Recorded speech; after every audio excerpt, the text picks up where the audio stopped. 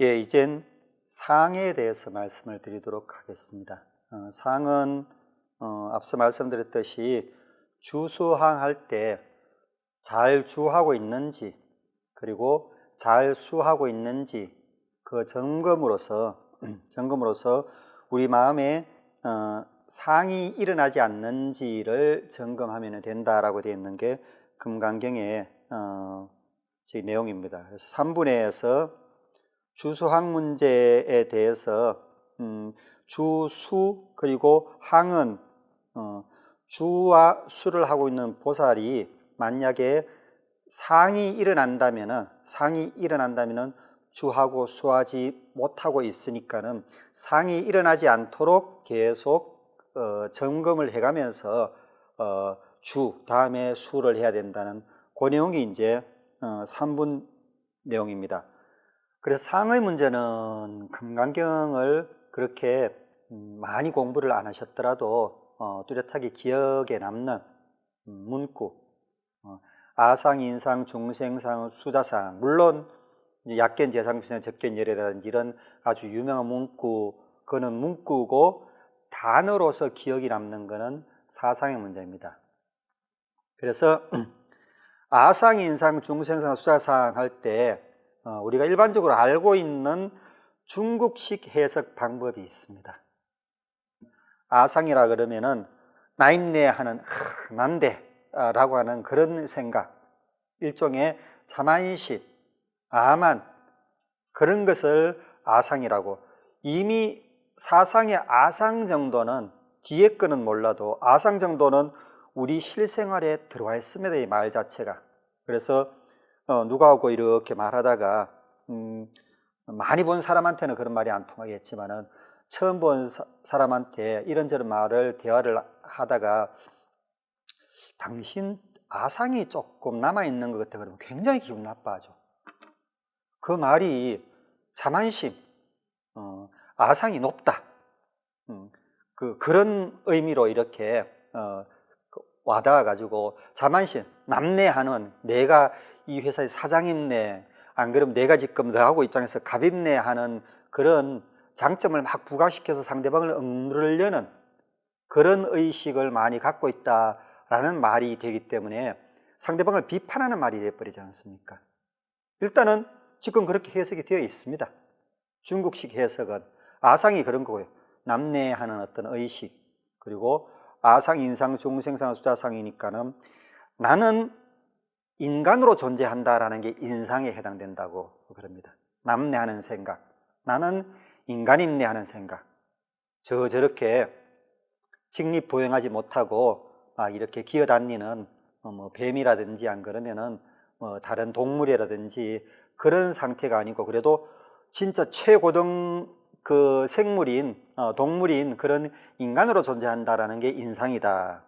아상, 인상, 중생상, 그런 인간으로서 독도에서 이 따로 떨어져 있는 무인도에서 따로 사는 게 아니고 이래 중생을 무리를 지어서 삶으로서 문화를 일구고 또 이런 어떤 문화의 혜택을 누리면서 이렇게 멀리 있으면서 또 그 의견을 전달하는 이런 혜택을 누리면서 사는 그런 중생, 그러니까 문화의 어떤 혜택을 누리면서 사는, 문화를 일구어서 혜택을 누리고 사는 것은 중생이다라는 게 이제 중생상. 그래서 그 인, 중, 그 반대 것에 대한 어떤 전부 다 자만심으로 그렇게 보시면 될 것 같습니다. 그리고 이제 수자상 같은 경우에는 그래 살다가 죽은, 안 그러면 이런 탁자 같이 생명을 지닌 존재가 아니고 생명을 지닌 존재로서 있다라는 그런 자부심, 좁게 말해서는 자만심이고 넓게 말해서는 자부심, 이게 이제 사상으로 해석이 되어 있습니다. 그래서 일반적으로 이렇게 많이 알고 있습니다. 심지어 그 불교를 한 1년 정도까지 공부했다면은 좋은 강사 선생님을 만나서 본래 의미를 들어보셨을 수도 있지만은 요 정도 설명해서 거쳐주는 게 일반적입니다. 이게 이제 달리 여기서 거치는 게 아니고 이게 우리 실생활에 많이 도움이 되니까요. 일부러 인도 끝까지 이렇게 강사 스님들이 안 그러면 다른 강사들이 얘기를 해주지 않는 경우가 있기도 합니다. 그러면은 이 인도식 해석 방식은, 인도식 해석 방식이라는 게 다른 게 아니고 본래 금강경 산스크리트로 되어 있는 금강경의 해석 방식이다라고 그렇게 보시면 될 것 같습니다. 그 해석 방식은 어떤 건가 그러면은 아상이라는 거는 아는 아트만에 해당되는 겁니다. 브라만교에서도 일체 무상이라는 것은 불교하고 똑같습니다. 틀리지가 않습니다. 그래서 해탈이 불교에서 변한다고 그런 얘기는 안 하죠. 해탈이 바로 브라만이니까요. 그런 면에 봐서는 불교하고 브라만교하고 일체 무상에 대해서는 의견을 일치하고 있거든요.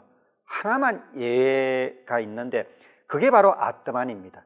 그래서 브라만의 상태를 벗어나 있는데도, 그러니까 중생의 상태로 있는데도 브라만의 속성을 축소해서 그대로 갖고 있으면서 고정불변의 실체, 고정되어서 변하지 않는 실질적인 체를 지닌 것을 아트만이라고 그럽니다. 이게 브라만교고요. 아트만도 고정불변의 실체가 아니다라고 생각하는 게 불교고요. 실은 그 차이일 뿐입니다. 그러면 연기법이라는 게 또 있지 않느냐. 연기법 때문에 이 무아법을 깨달으셨거든요. 연기법이라는 거 바로 무아법이기 때문에 따로 존재하지가 않습니다.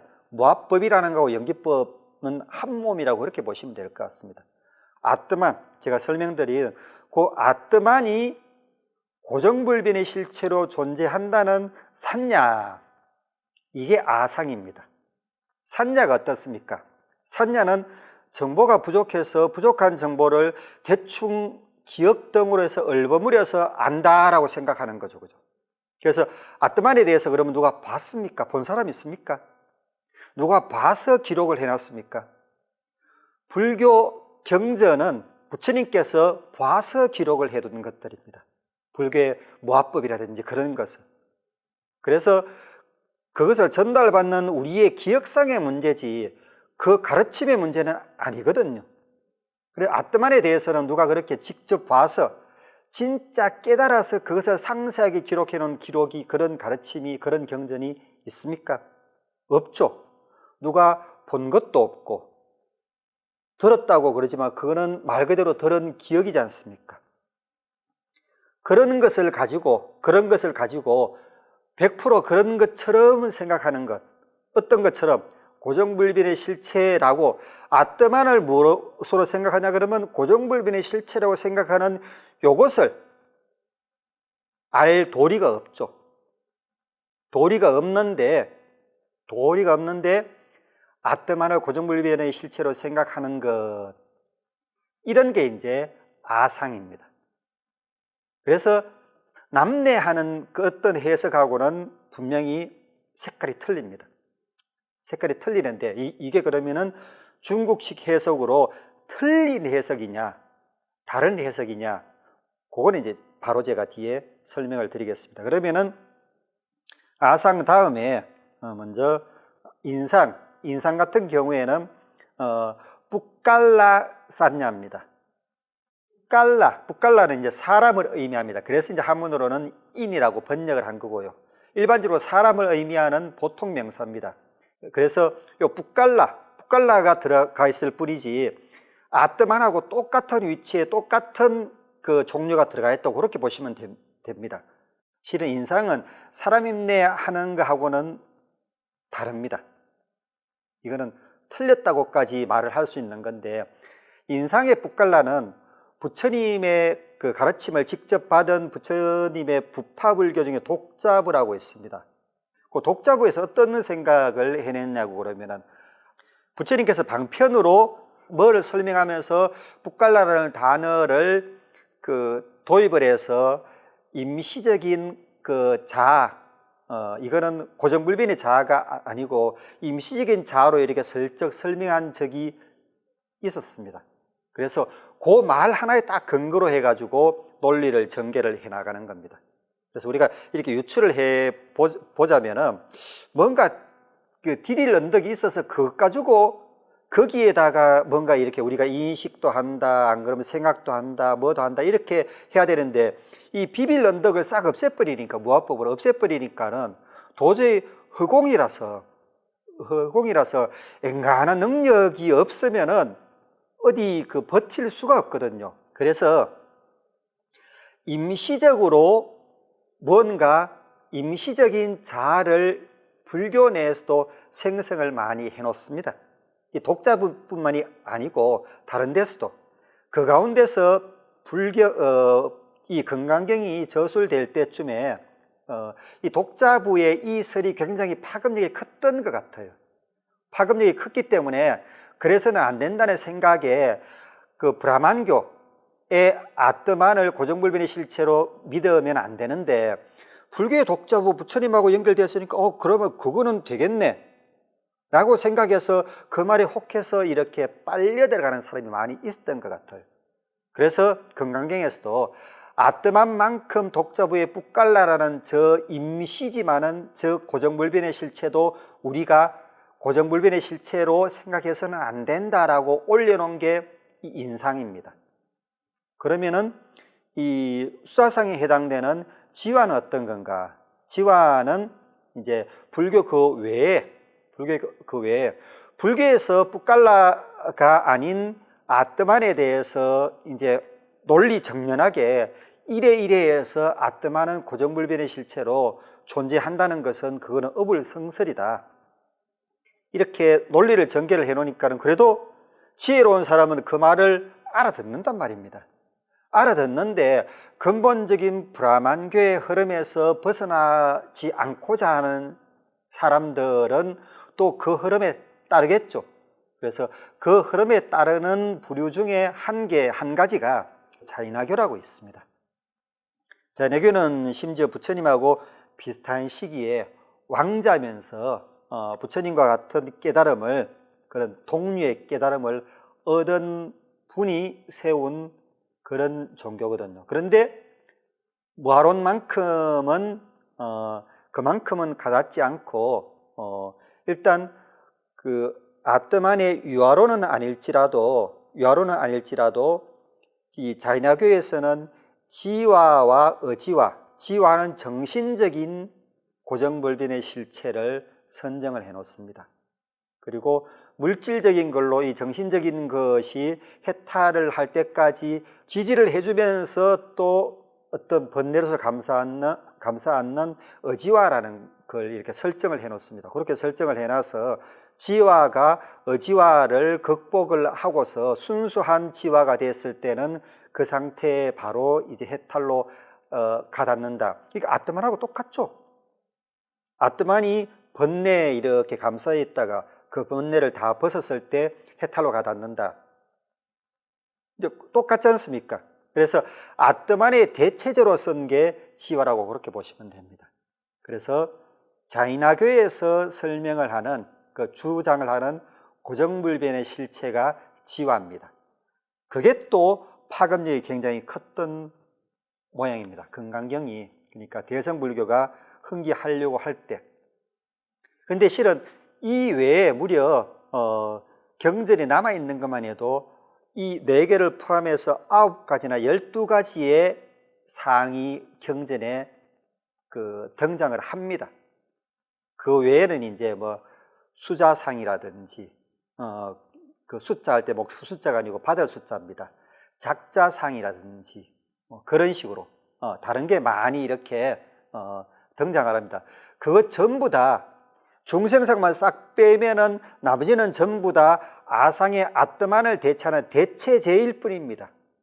나는 이런 게, 아트만은 믿지 않도록 나는 이런 게 고정불변의 실체로 생각을 해서 브라만교의 논리를 전개해 나가는 것, 전부 다 그런 거로 보시면 될 것 같습니다. 그래서 사상을 4가지로 분류를 하는 게 이제 중국식 방식이라면은 꼭 그 4가지로 분류하지는 않죠. 그렇지만은 4가지로 이렇게 보는 게 중국식 방식이라면은 인도식 방식은 2가지로 볼 수가 있습니다. 아상이 중생상이니까 뭐 이렇게 되겠죠. 어쨌든지 이렇게 두 가지로 볼 수 있습니다. 중생상 1가지하고 아상류하고. 그러면은 이 중국식 해석이 인도식 의미를 잘 받아들이지 못한 잘못된 해석인가? 언뜻 봐서는 그렇게 해석할 수가 있죠. 딴 거는 뭐라도 이제 아상 한 가지만 놓고 본다고 그러더라도 아트만을 고정불변의 실체로 생각한다는 이런 뭐 철학적인 뭐 그런 게 있는데 이 아상 남내하는 생각으로서 딱 그 고정을 해버리니까요. 거기서 남내하는 생각, 자만심, 아만심은 그렇게 넓은 범위를 갖고 있지 않지 않습니까? 우리가 인식 세계에서.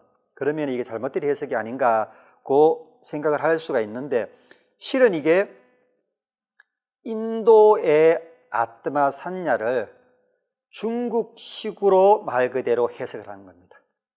중국식으로. 번역은 한문으로 아상으로 해놓고서는 중국식으로. 인도 문화하고 중국 문화는 어떻습니까? 중국 사람은 실은 인도 문화, 특히 불교가 들어오기 전에는 이 세상의 중심이라고 생각했습니다. 그런데 불교를 딱 받아들이고 봤더니만은 어떻습니까? 인도 사람들도 인도가 이 세상의 중심이라고 생각을 하죠.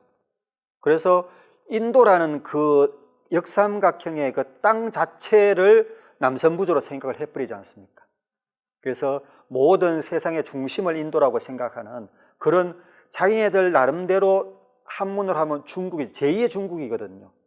그래서 실은 중국에서 중국이라는 그런 말을 그 고유명사로 쓴 거는 근래 들어 쓰지만은 예전부터 이 중심되는 그런 국가라는 말을 자신들한테만 썼는데 유일하게 한 번 쓴 경우가 있습니다. 불교에서 인도를 가리킬 때 중국이라는 표현을 쓴 적이 있습니다. 그거는 기록에 남아 있습니다. 논서 같은데 이렇게 남아 있는데 내가 한이 되는데 중국에서 태어나지 못하고 변방국가에서 태어난 게 바로 그 한이다라는 문구가 있거든요. 그 중국이란 그냥 중국으로 되어 있습니다.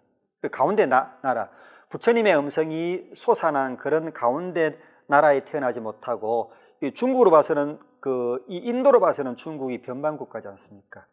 그런 식으로 중국이라는 그 의식을 딱 한 번 이렇게 스님들에 의해서 가진 적이 있지만은 그래도 일반 사람들은 전부 다 중국이라는 의식을 갖고 있습니다.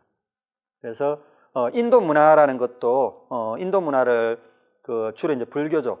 중국에서 받아들일 때는 이래 동등한 입장에서 받아들인 거지.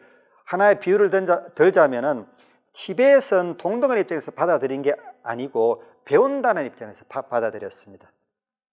그래서 주로 보면 있는 그대로 받아들인 게 티벳 불교입니다.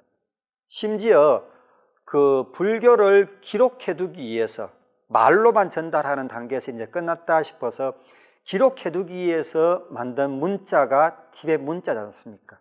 그러니까 불교를 기록하기 위해서 인도 문화를 기록하기 위해서 만든 게 티벳 문자입니다. 티벳 말은 있었죠.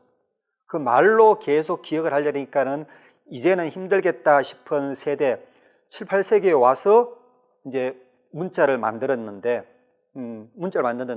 그게 인도 문자인 산스크리트 문자를 근거로 해서 만든 게 티벳 문자로 그렇게 보시면 될 것 같습니다. 그래서 불교의 원형이 굉장히 티벳 불교에 많이 살아남아 있다는 게 내 것이라면 많이 자꾸 이렇게 바꿔서 내 생활에 맞춰서 내가 마음대로 변형시켜서 활용을 하고 생활을 해 나가겠지만은 남 것이다, 빌려왔다, 안 그러면은 저거는 외국에서 온 거다, 그러면은 뭔가 보유하려는 원래 형태와 원래 상태를 보유하려는 자연적인 습성이 있습니다. 그래서 티벳에 갖고 와서도 갖고 왔겠지만은 중국하고는 틀리게 또 문화적인 격차가 약간 낮기 때문에 그런 상태가 더 심해서 불교의 원형이 기록이라든지 안 그러면은 어떤 설명이라든지 그런 것까지 많이 살아있다고 그렇게 보시면 될 것 같습니다. 그런데 중국은 그렇지가 않고 동등한 문화라고 생각해서 불교를 받아들여서 번역은 중국식으로 한다고 그러더라도 한문에 맞게 아까 말씀드렸듯이 뭐 숫자처럼 그렇게 번역을 한다든지 안 그러면은 비구를 더 멋지게 글사라고 번역을 한다든지 이렇게 번역을 해내는데 그 그대로 해석을 하려고 그러니까는 맞지 않는 게 등장을 하는 겁니다. 뭐부터? 가장 중요한 아뜨만 문제부터. 자, 아뜨만이라는 생각은 브라흐만이라는 생각, 에덴 동산이라는 생각, 해탈이라는 생각이 있어야지 아뜨만이라는 생각 설명이 가능합니다. 그래서 해탈이라는 생각, 그 브라흐만이라는 상태, 그 상태에 대해서 그 개념을 갖고 있는 문화는 인도 문화밖에 없습니다. 중국도 이제 죽음 다음에 대해서 생각을 했지만은 기껏 해봤자 중국에서 가장 이상적으로 생각하는 것은 죽어서 현실의 복을 그대로 축소시켜서 책임은 가져가지 않고 의무는 가져가지 않고 그 특권만 누리는 그런 상태로서 멀리도 안 가고 뒷산에 올라가서 놀면서 사는 신선의 상태가 가장 이상적인 상태입니다. 거기까지밖에 실은 생각을 못합니다. 물론 천지창조라는 그런 개념이 있죠. 그건 이제 천지창조하기 위해서 만든 개념일 뿐이고 우리가 가다해야 되겠다라는 거는 신선에서 어떻게 보면은 스톱을 해버립니다. 그런데 그렇게 생각하고 있는 중국 사람한테 아뜨만이라는 거는 없애야 되는 거죠. 인도 사람들한테는 그 뿌리 박혀 있는 이 아뜨만이라는 생각, 아뜨만은 고정불변의 실체다라는 것, 이 생각을 없애야 되는데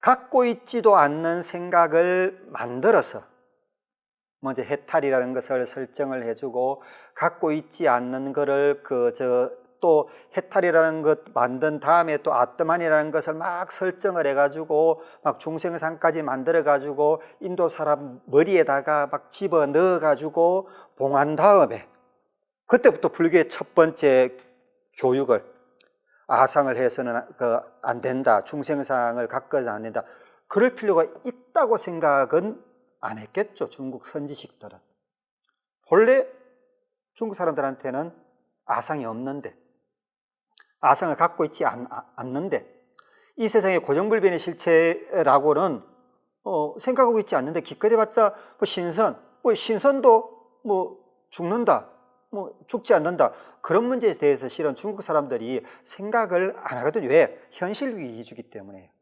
현실 위주이기 때문에 현생 위주로 철저하게 모든 철학이 이렇게 발전을 했기 때문에 신선을 생각했다, 신을 생각했다 그러더라도 그것에 대해서 따져보지를 않습니다. 그 신은 죽느냐? 그 신이 돌아갈 장소는 어디냐? 그 신이 어디서 왔느냐? 최초는 어떻게 시작되느냐? 그 문제에 대해서는 물론은 생각을 했지만 인도 사람만큼 깊게 생각을 안 해놨습니다. 그래서 이 문제에 대해서는 중국에서는 빼버리는 겁니다. 그리고 중국 사람들의 생각에는 앞으로도 그런 문제에 대해서는 생각을 할 가능성이 별로 없다고 보기 때문에, 그래서 이제 어떻게 해석을 했냐고, 그렇다고 해서 아뜨만을 빼버리고 그러면 아상은 저쪽 문제니까는 우리는 아상 없으니까 아상을 안 가져도 그러려고 그러니까는 경전 전체가, 불교 전체가 어떤 설명이 안 되지 않습니까? 설명이 안 되는데 근본적으로 그 겉모습인 아뜨만 모습 말고 근본적으로 이렇게 그 가르침, 아뜨만을 없애라는 근본적인 가르침을 쭉 파고 들어보니까는 이거는 아뜨만의 문제가 아니고, 아뜨만이라는 그 드러난 그 표피의 문제가 아니고 인간 본연의 문제라는 것을 밝혀낸 겁니다. 선지식들은. 물론 인도 선지식들도 그것을 밝혀냈기 때문에 인도 선지식은 이제 불교의 선지식, 부처님을 비롯한 그 이후의 모든 선지식을 말씀드리는 겁니다. 그 선지식도 밝혀냈기 때문에 그런 아상을 없애라는 것에 대한 꾸준한 철학적인 논리 전개 발전이 가능했던 거죠. 그래서 그 같던 것을, 그러니까 겉모양만 갖고 온 게 아니고 근본적인 모양을 갖고 온 겁니다.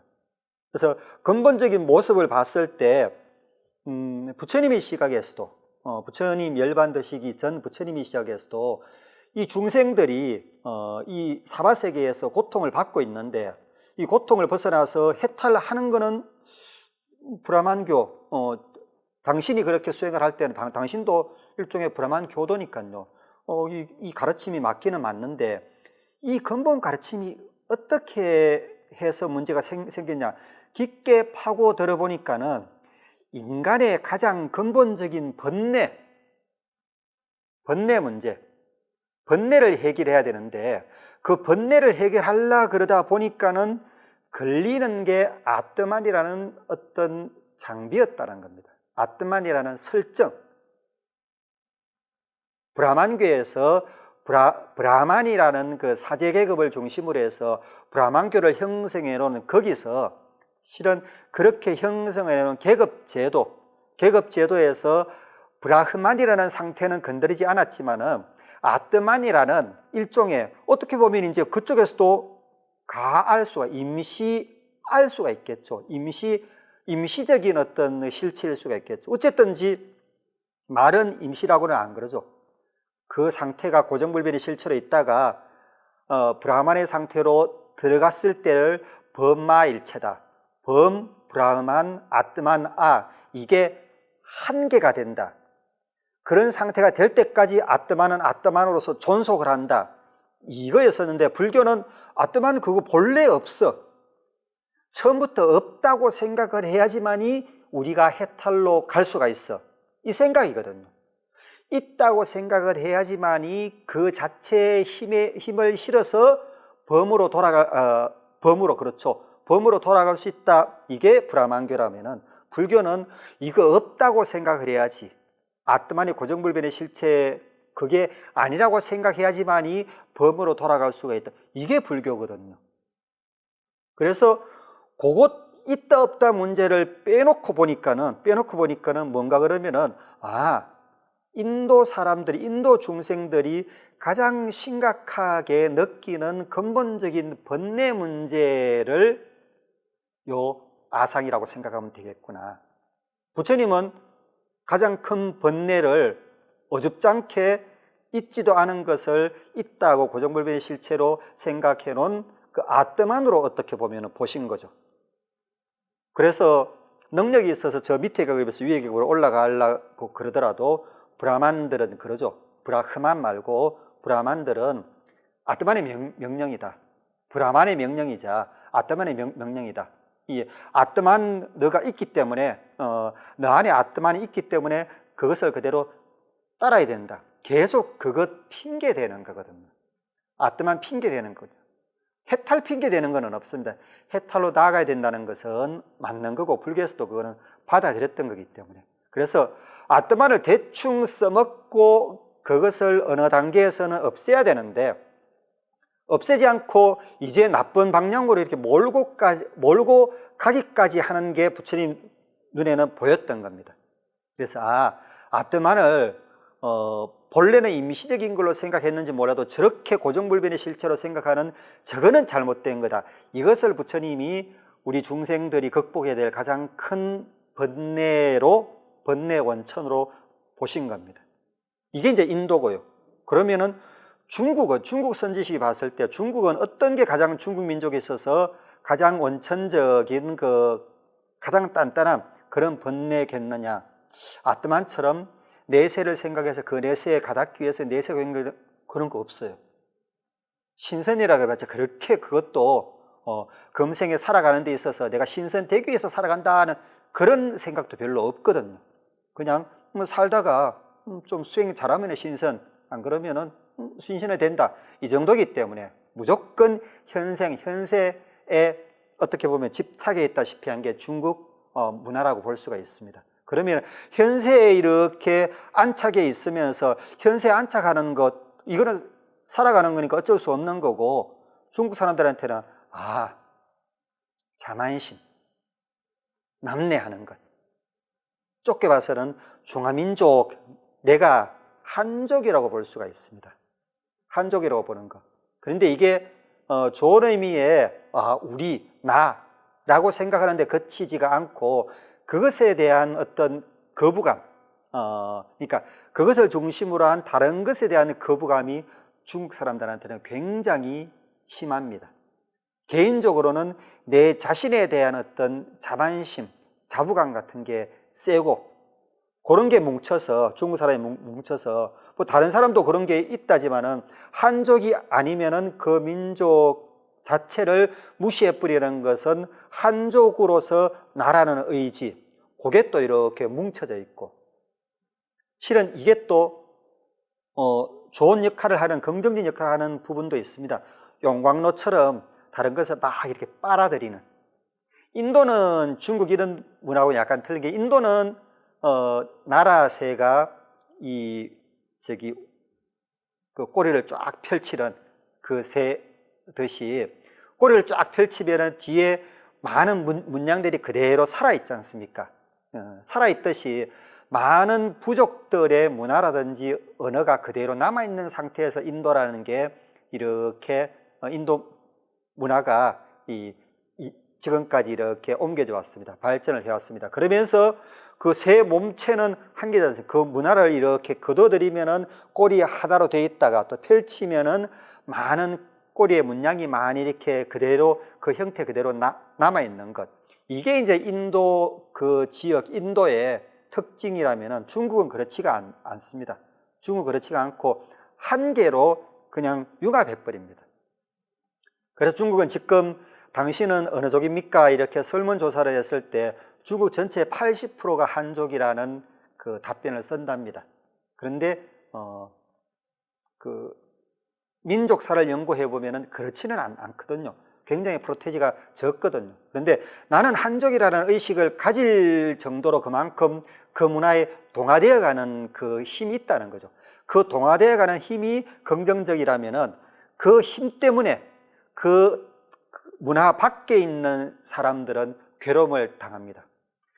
내 밖에 있는 다른 사람이 괴로움을 당하고, 우리 밖에 있는 다른 사람들이 괴로움을 당하고, 우리 부족 밖에 있는, 우리 성 밖에 있는, 그리고 우리 나라 밖에 있는, 이러면 약간 지금 이해가 되시겠죠? 지금 중국 밖에 있는 어떤 문제가 되고 있지 않습니까? 그래서 실은 벌써 천년 전에 중국의 선지식들은 근본적으로 중국 사람들이 고쳐야 될 그런 문제점을 발견을 하고 계신 겁니다. 그것을 끌어다가 아상에다가 집어넣은 겁니다. 그래서 해석을 남래하는 생각이라고 하는 겁니다. 그래서 겉으로만 드러난 아뜨만이라든지 자만심을 보지 마시고 그 밑에 근본적인 그 가르침을 이렇게 펼친 게 그 이유가 뭡니까?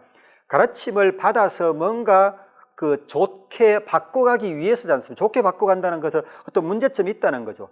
그 어느 문제점에서 이 두 가지 그 외형적인 게 생겼나를 따져본다면은 동일 문제점에 가닿게 됩니다.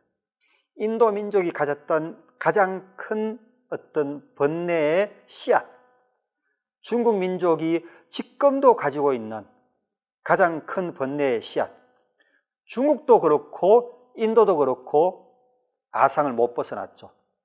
아뜨만 산전을 못 벗어났죠. 중국은 아뜨만이라는 고정불변의 실체에서 못 벗어나서 불교를 완전히 지금 그 인도 밖으로 배격을 한 상태에서 중국 문화 그대로 인도 문화 그대로 인도 사람들은 살아가고 있는 거고요. 중국은 불교하고 상관없이 그 남래하는 그 생각이 그대로 지금까지 지속되는 거고요. 그래서 그게 인도의 힘, 중국의 힘이 될 수가 있지만 인도의 가장 큰 번뇌, 중국의 가장 큰 번뇌, 가장 큰 단점이 될 수가 있다는 것은 우리가 지금 현실에서도 볼 수가 있는 겁니다. 이처럼 금강경 같은 경우에는 간혹가다 이제 이런 질문을 합니다. 금강경은 1000년 이상 전에 나온 경전인데, 가르침인데 그 경전이 현대에 맞을 수가 있겠습니까?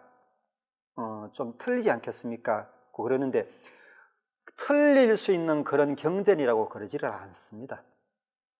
근본적인 문제에 대해서 건드려 놓지 못한 그런 글귀는 경전이라고 그러지는 않습니다.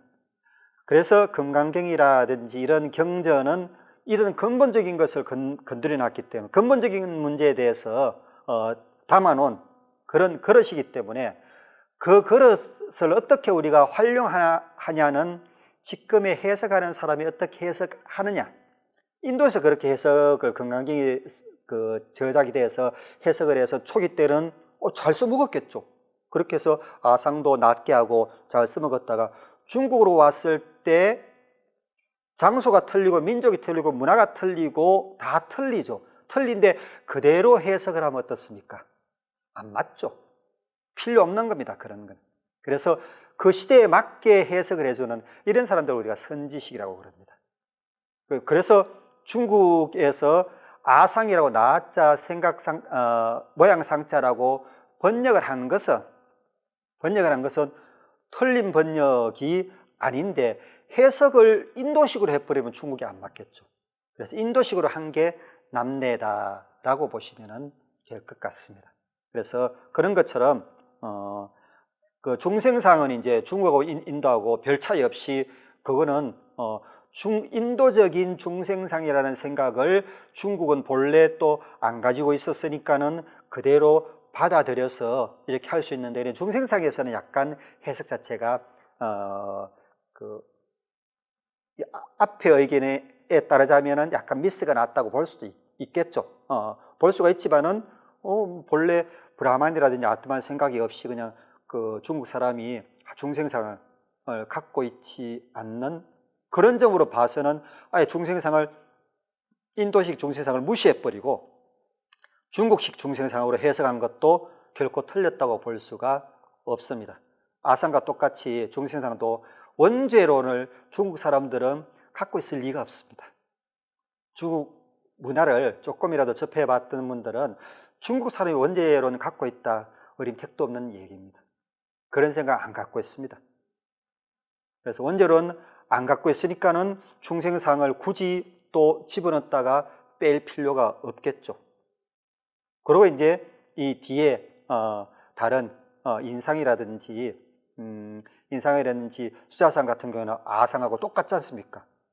그래서 아상하고 똑같기 때문에 이걸 또 그냥 따로 떼낼 수는 없고 해놨으니까는 또 중국식으로 해석을 한 게 무리를 뭐 사람으로서 뭐 살고 있다, 목숨을 지니고 살고 있다, 이렇게 선지식들이 해놓은 겁니다. 그래서 뒤에 두 개를 빼면은 실은 인도 관점에 봐서는 아상과 중생상이 중요하고 필요한 거고 중국으로 봐서는 아상 한 개만 필요한 겁니다. 그래서 중국의 사상 번역은, 사상의 해설은 아상 한 개만 해석을 해놓은 거고 똑같습니다. 남내, 내가 사람인데 우리가 그룹을 지어서 중생을 무리를 지어서 문화를 읽어놓고 삼내, 내가 목숨을 부지하고 있는 이 물질이 아니고 그런 살아있는 생명체인데 아상만 이렇게 해석을 해놨지 않습니까? 그래서 다른 거는 중국에서는 필요가 없다라고 생각을 했기 때문에 해놓은 거라고 그렇게 보시면 될 것 같습니다. 그러면은 간단하게 여기에서 하나만 더 설명을 드리고 오늘 강의는 마치도록 하겠습니다. 상을 모양상자라고 되어 있습니다. 이게. 그래서 아상할 때는 나라는 모양, 한문으로 봐서는 그렇습니다. 나라는 모양, 사람이라는 모양 이렇게 되어 있는데 실은 상이라는 게 금강경 내에서는 그 모양이라는 락샤나 그리고 산야, 락샤나, 산야, 니미따 세 글자의 번역 한 개로 이렇게 번역을 해 놓은 겁니다. 락샤나는 무엇을 감지했을 때 그 모양을 딱 이렇게 따오는 그런 것을 락샤나라고 그러고, 그래서 요거는 이제 일반적으로 생각하는 모양상자하고 맞습니다. 니미따라는 것은 이렇게 감지해온 것을 좀 섬세하게 생각해보는, 니가 이제 섬세하고 믿다라는 게 이제 생각되어지는데 이 감지해온 것을 섬세하게 생각해보는 게 니미따입니다. 그래서 그것을 무엇라고 나름대로 이렇게 규정하는 게 산야입니다. 흡사 심의식하고 비슷하죠. 감지하고 감지되어 온 것을 이렇게 내가 또 섬세하게 생각을 하고 생각을 해서 생각을 하는 것, 저장을 하는 것, 뭐라고 기억을 하는 것, 기억을 하는데 요 기억이 이제 조금 잘못됐다 뿐이죠. 요게 이제 좋은 기억일 것 같으면 뿌라지냐 그래서 지혜가 되는 겁니다. 그래서 락사나, 니미따, 산냐 요 세 개를 어떻게 보면 심의식하고 형태가 비슷한 그 흐름이 비슷한 요 세 개를 전부 다 모양상자 하나로 번역을 해놨습니다. 그래서 첫 번째 거 모양상자 맞겠는데 두 번째 거는 생각이 들어가잖아요. 특히 세 번째는 이게 분명히 생각이란 말입니다. 생각하는 것, 생각되어진 것이라는 그런 의미인데 그러면 이게 맞지 않느냐. 그래서 이제 현장 선임 같은 경우에는 요것을 그 상자에다가 밑에 마음 심자를 붙였습니다. 생각 상자로 고쳐놨습니다. 그런데 이것을 한문에 인도 그 산스크리트의 어원적인 것을 참고로 해서 그것을 그대로 옮겨온다 치더라도 중국식의 어떤 문짝만 대입을 시키더라도 이게 가능합니다. 그래서 중국식의 문자의 모양 상자는 문짝이라는 것은 각골문 그 다음에 어떤 중국의 글자를 이렇게 해석하는 중국 한자 그 자체로만 놓고 봐서 어떤 철학을 이렇게 전개시키는 것을 문짝이라고 합니다. 그런데 중국은 이 문짝이 굉장히 초기 단계에서 중단이 돼버렸고 인도 문짝은 어원학이거든요. 어원학은 굉장히 발달해 있습니다. 그래서 문짝이 뭐 때문에 초기 단계에서 스톱을 해버린다 그러면 파짝이라 그래서 자기 마음대로 이렇게 해석하는 한문의 글자를 자기 마음대로 해석하는 그 방식, 막 기괴하게 그 해석하는 파짝 때문에 문짝이 파짝의 일부로서 막 이렇게 딸려가 가지고 파짝을 도외시하는 바람에 문짝까지 학자라면은 그 싫다고 그래가지고 문짝이 발전을 안 했다고 보거든요. 그런데 그 문짝은 초기에 적어도 그 이 불교 경전이 번역될 때쯤에는 살아있었다고 봐도 괜찮을 것 같습니다. 왜? 경전에 문짝의 흔적이 많이 여러 군데 발견되니까요. 그래서 이 상자를 문짝의 의미로서 한번 살펴본다면은 본래 상자는 나무 목자에다가 눈 목자가 붙어 있는 거지 않습니까? 그래서 그 의미가 나무를 고를 때 눈으로만 보고서 고를 상자입니다. 의미를 다 말씀을 드린다면 하나를 천할 때 천의 의미를 우리가 말을 하지 않습니까? 그래서 본래 상자의 1차적인 의미를 말씀드린다면 나무 고를 때 눈으로만 그 보고서 고를 상자가 되는 겁니다. 그러다가 이게 나중에 의미가 첫 번째 의미는 잘 안 쓰이고 나무를 고를 때 밖에 겉의 의미만 본다, 겉의 의미만 본다, 모양만 본다, 모양이라는 의미로 모양 상자로 이렇게 남아있는 겁니다. 그래서 우리가 나무를 고른다면은 나무를 만져보고 잘라보고 태워보고 두드려보고 그렇게 해서 뭐 이렇게 현미경 같은 걸로 보고서 상세하게 보고서 나무를 결정을 해야지만이 우리가 기둥으로 쓸모가 있다, 안 그러면 이건 땔감으로 쓸모가 있다, 그것을 알 텐데 대충만 보고서 정보가 부족한 상태에서 보는 거지 않습니까? 결정을 하는 거지 않습니까? 뭐하고 맞습니까? 샀냐고 맞죠, 이게. 본래 문자학적인 1차적인 의미는 샀냐고 의미가 그대로 맥이 닿습니다. 그런 그 샀냐가 뒤에 어떻게 변했습니까? 단지 겉으로만 보는 모양으로만 변했는데 겉으로만 보는 모양 감지하는 것은 뭡니까? 락산하고 똑같죠. 그리고 이제 그 세 단계로 가르면은 그 중간 니미따는 들어있는 거고요. 그래서 비록 락사나 니미따 산냐 감지, 가늠, 생각이라는 게 의미가 다 틀리지만은 이 세 개의 의미를 단어를 한 단어로 실은 산스크리트에서는 한 단어로 함축을 하지 못합니다.